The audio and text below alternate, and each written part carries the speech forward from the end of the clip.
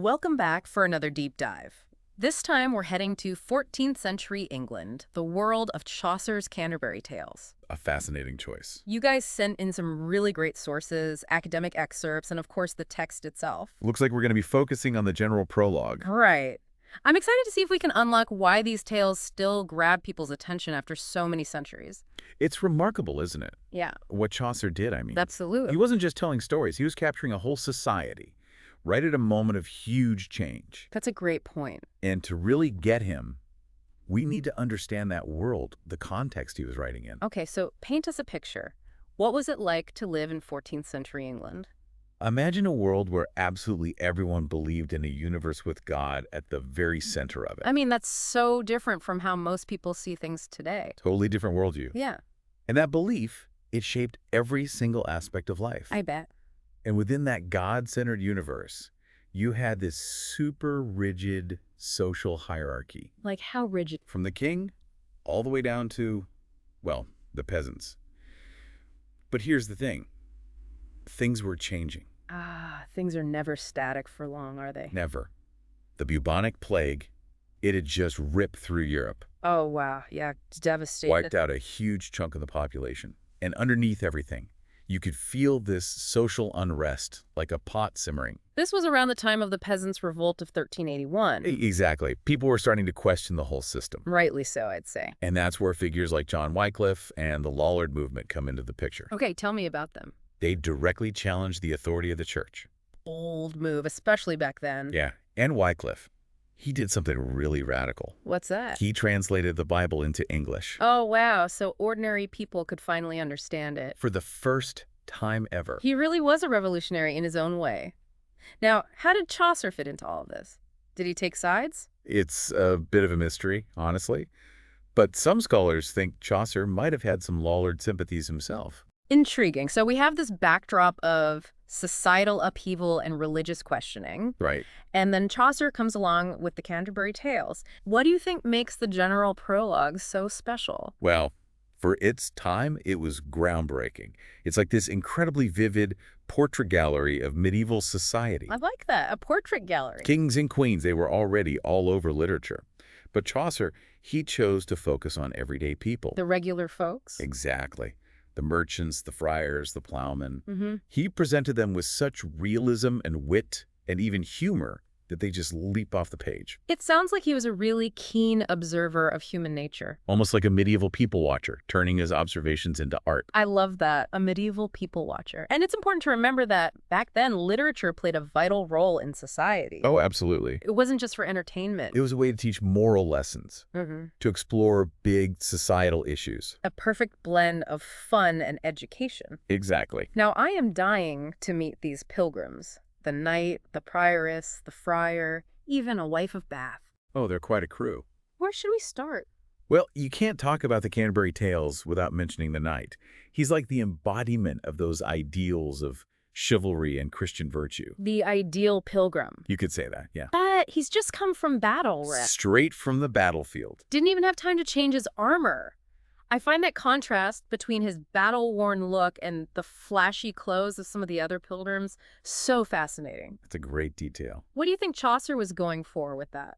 I think it really highlights the knight's true nature. His focus is on duty, on service, not on how he looks. Substance over style. Now, tell me about the prioress. I have to admit, she makes me a little suspicious. Madame Eglantine. Even her name kind of hints that something's not quite right. What do you mean? Well, she's supposed to be this woman dedicated to God, right? Yeah. But she seems much more concerned with how she looks and her pet dogs than with, well, her vows. Oh, and how she pampers those dogs. The finest white bread, while regular people are struggling to get by. It's a striking detail. Was Chaucer subtly calling out the hypocrisy in the church, do you think? It's definitely possible. He was a sharp observer. And then we have the friar, another religious figure who seems to be straying from his vows. Oh, how so? He's more interested in exploiting widows and indulging in worldly pleasures than in actually serving God. He sounds more like a con artist than a man of the cloth. You're not wrong. I can see why people were starting to question the church's authority back then. Definitely. It was a time of great change. And Chaucer captures it all so vividly through these characters. He does. Okay, let's move on to a more colorful figure. The wife of Bath. Ah, yeah. 5 husbands, a love for adventure, a sharp tongue. What a character. What do you think Chaucer was trying to do with her? I think she's this incredible force of nature, challenging all the norms and expectations of society. Oh, absolutely. Now, it's interesting you brought her up because in medieval times, people really believed in physiognomy, right? That's right. The idea that you could judge a person's character by their physical features. And Chaucer plays with this idea, giving the wife of Bath a red face and sharp teeth, He does. which, according to physiognomy, would suggest a, shall we say, passionate nature. Precisely. It's this subtle detail that adds all these layers of meaning to her character. It's like he's inviting us to read between the lines, to look deeper. So far, we have our noble knight, our morally questionable religious figures, and our independent woman. Who else stands out in this pilgrim group? Well, in complete contrast to the corrupt clergy, you have the parson. He's a true man of God, humble, devout, totally dedicated to serving his flock. He's like the anti-friar. Exactly. He lives simply, preaches by example, not just empty words. Why do you think Chaucer decided to create such a contrast between these two characters? That's a good question. It could be a commentary on the state of the church at the time. A reflection of those societal tensions we were talking about. Right. Or maybe even a way for Chaucer to explore different aspects of faith. And, it's worth pointing out that the parson, he embodies a lot of the ideals of the Lollard movement. Oh, Huss. His simple faith, his commitment to service, they align perfectly with the Lollard's critiques of the church. So through the parson, Chaucer might have been giving voice to the growing discontent with the church. It's definitely a possibility. It's amazing how much depth he packs into these characters. It makes me wonder, what did he think about the power of language itself? Well, keep in mind, this was a time when verse was the dominant form of literature. It was deeply tied to the oral tradition. So before the printing press. Exactly. A way to memorize and transmit stories. So Chaucer's poetry wasn't just meant to be read, it was meant to be heard. Absolutely. Think about it. Hmm. Back then, most people couldn't read. They experienced literature by listening. Through the performances of traveling storytellers. Right. Suddenly, his choice of form makes so much sense. He was tapping into that long tradition of oral storytelling. Creating poetry that would have been so captivating to listen to. Exactly. He used alliteration, rhyme, all these techniques to create this rich tapestry of sound. And the fact that he was writing in Middle English, a language still evolving, gave his work this unique vibrancy. Wait, can you give me an example of Middle English being different, I mean? Sure. The word love in modern English was love in Middle English. Even little changes like that would give in Chaucer's work a distinct sound and feel. It's like he was playing with language, pushing its boundaries, and ultimately shaping the English language we use today. He really was an innovator, and his contributions to English poetry are immeasurable. There's a reason he's called the father of English poetry. That's right. Now, I'm starting to understand why. It makes me want to go back and reread the Canterbury Tales, but this time, I'm going to try reading it aloud. I highly recommend it. You'll discover a whole new level of appreciation for his genius. I can't wait. This has already been so fascinating. But we've got to remember, these characters, they were just the beginning. Each one had a story to tell, right? That's the genius of the Canterbury Tales. He takes this incredibly diverse group of people, each with their own unique perspective, and sets them off on this journey together. It's like a recipe for storytelling gold. Absolutely. And that's where we'll pick up in our next deep dive. Perfect. I can't wait to hear more. That frame narrative structure of the Canterbury Tales is really quite innovative for its time. Right. I mean, Chaucer creates this overarching story, Yeah. this group of pilgrims on their way to Canterbury. Right. And within that, each pilgrim gets to tell their own tale. It is such a clever way to bring together so many different voices and perspectives, right? It really is. Why do you think he chose that particular structure, though? Good question. I think there are a few possible reasons for that. Right. First, it allows Chaucer to showcase like a whole bunch of different genres, Okay. storytelling styles. We have everything from like bawdy fabliaux to romantic tales of chivalry to even like moralistic sermons. So it's almost like he's created a medieval variety show of sorts. That's a great way to put it, yeah. I like that. And second, that frame narrative creates this sense of community among the pilgrims. Oh, interesting. Even though they come from all these different backgrounds, have these totally different beliefs. Yeah. They're all united by this common goal. Reaching Canterbury. Exactly. Yeah. And as they journey together, they share their stories, they learn from each other. It's really quite brilliant. Now, as they're on this journey together and they're sharing these tales, do you think that the stories themselves reflect the complexities of medieval society? Oh, absolutely. Chaucer wasn't afraid to tackle some pretty controversial topics. Like what? Oh, social class, gender roles, religious hypocrisy, even the nature of truth and storytelling itself. It's interesting you mentioned the nature of truth and storytelling. Yeah. It makes me think about how Chaucer viewed himself, as a writer. Right. Do you think he saw himself as like simply an entertainer, or was there something more to it? I think it was definitely more than just entertainment. He was such a keen observer of human nature. Yeah. I think he used his tales to really hold a mirror up to society, Wow. to expose its flaws, to celebrate its strengths. So using humor and storytelling as a tool for social commentary.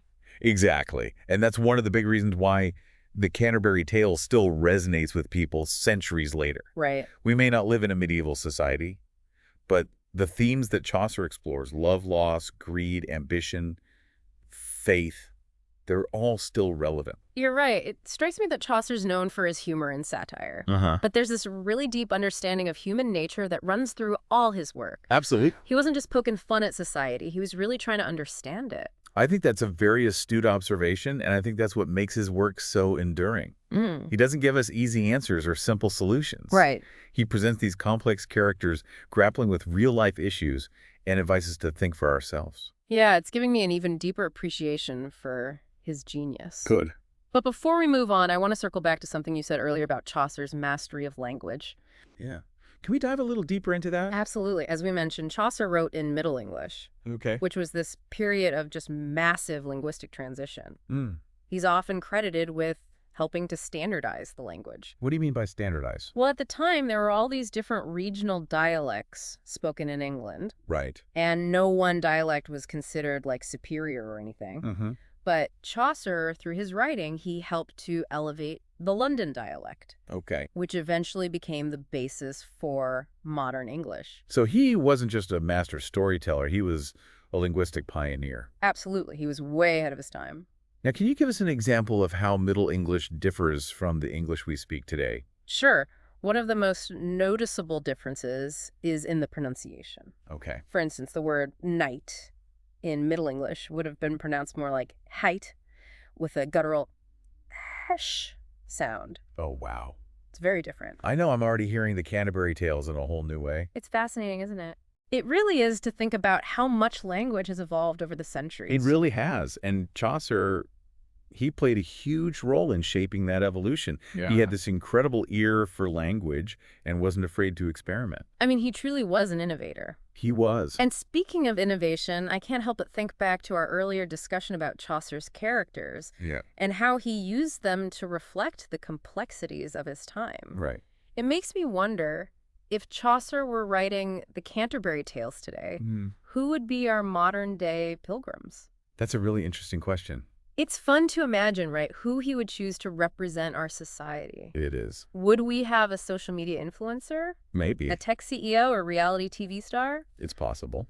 Who would Chaucer find worthy of a place on this modern pilgrimage? I don't know. Maybe we'd see a disillusioned politician, a struggling artist, a single parent working multiple jobs. Ooh, a climate change activist. Yeah. I love it. And Yeah. what kind of stories would they tell? Would their tales reflect the same anxieties and aspirations and contradictions that we find in Chaucer's work? I think they absolutely would. Human nature at its core hasn't really changed all that much, even if our technology and social structures have. That's actually a comforting thought in a way. It is. It means that even though we're separated by centuries, we can still connect with Chaucer and his characters. on a fundamental level. Exactly. And that's the power of great literature. It transcends time and place, speaks to the universal human experience. This deep dive is really making me think. Good. We've covered so much ground. We have. From the historical context to Chaucer's use of language to these enduring themes that still resonate with readers today. Right. But before we wrap up, I'd like to touch on one last thing, the role of prose in medieval literature. Okay. Your research mentioned that it was primarily used for devotional writing. Yeah, Why was that? that's a great question. In Chaucer's time, prose was still very much tied to the written word, which meant it was less accessible to most people who couldn't read. It was largely reserved for religious texts and scholarly works. So it was really a matter of accessibility and audience. Exactly. Verse, on the other hand, was meant to be spoken aloud, Right. making it accessible to a much wider audience. It was the language of storytelling, entertainment, even social commentary. It's amazing how much the invention of the printing press changed things. Oh, it was a total game changer. It revolutionized the way we consume and create literature, Yeah. made prose more widely available, and eventually led to the novel as we know it today. It makes you appreciate Chaucer's genius even more, knowing that he was working within these limitations and still managed to create such a rich and enduring body of work. Absolutely. He was a true master of his craft. I feel like we've just dipped our toes into Chaucer's world. Yeah, we have. There's so much more we could explore in the Canterbury Tales. I know, right? We could talk for hours about each individual tale. And those amazing characters. I know. Maybe we'll have to do a follow-up deep dive sometime. We should. But for now, I think we've given our listeners a pretty good sense of what makes these tales so special. I hope so, yeah. I hope it inspires them to explore further. Me too. Now, before we go, I want to touch on one last thing. Okay. We've talked about how Chaucer's work reflects his time, Right. but we've also seen how those themes are just as relevant today. Uh-huh. What do you think it is about these tales that makes them so timeless? I think it goes back to Chaucer's understanding of human nature. Yeah, He just gets those universal things, you know. those things we all experience. Exactly. Those desires, fears, contradictions. It doesn't matter when or where you live, we all deal with them. He wasn't afraid to show all sides of humanity, the good, the bad, and the ugly. You got it. And he did it all with this wit and humor and even compassion. It's true, he doesn't judge his characters. No. He just presents them to us flaws and all, Right. and lets us make up our own minds. Yes. It's like he's inviting us along on this journey to look at ourselves and the world with this fresh perspective. That's a great way to put it. The Canterbury Tales is more than just a bunch of stories, you know. Yeah. It's an invitation to engage with life with all its messiness. To never stop questioning and exploring. I love that. Me too. This deep dive has been a true joy. Me too. It's made me want to revisit the Canterbury Tales with fresh eyes. You should. And to our listener out there, if you're feeling curious, I highly recommend picking up a copy of the tales. Yeah. Get lost in Chaucer's world. You might be surprised at what you discover. About yourself and the world around you. That's right. Well said. On that note, we'll say goodbye, dear listener, until next time. Yeah.